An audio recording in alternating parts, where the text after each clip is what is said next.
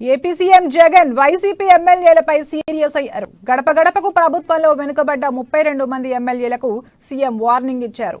మార్చిలోపు పనితీరు మార్చుకోవాలని, లేదంటే కొత్త అభ్యర్థులను పెట్టాల్సి వస్తుందని హెచ్చరించారు.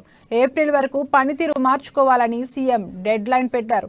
మంత్రులు అప్పల్రాజు, జయరాం, రజని, అమర్నాథ్, బొత్స, అంబటి ఉన్నారు. ఈసారి ఎలాగైనా 175కి 175 స్థానాల్లో గెలిపే లక్ష్యంగా పనిచేస్తున్నారు. ప్రభుత్వం ప్రతిష్టాత్మకంగా చేపట్టిన గడప గడపకు ప్రభుత్వం పనితీరుపై నివేదిక తెప్పించుకున్నారు.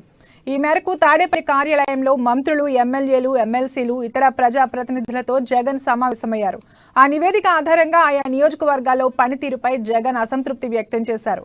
32 మంది నేతలు ఈ విషయాన్ని సీరియస్ గా తీసుకోవడం లేదని సీఎం హెచ్చరించారు. ఇలాగే కొనసాగితే మీ స్థానాల్లో కొత్త అభ్యర్థులను పెట్టాల్సి వస్తుందన్నారు. మార్చిలోపు పనితీరు మార్చుకోవాలని జగన్ సూచించారు.